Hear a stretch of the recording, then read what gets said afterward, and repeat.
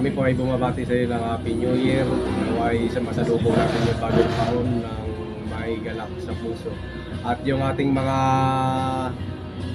pinanakit sa yung mga nakalipas, ipadala na natin doon sa 2023. Tayo magsimula sa panibagong yugto ng ating buhay sa itong 2024. Maraming salamat sa iyong pamasko sa akin at saka sa kay Mian. Hindi niya pa alam kung ano yon, pero maraming salamat talaga dahil hindi na tayo magkano-ano.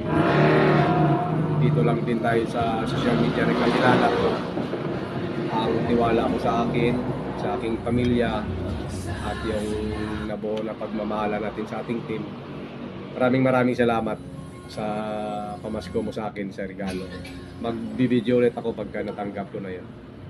Mag-unboxing kami ng iyong regalo sa akin. Maraming salamat. Happy New Year again. We love you.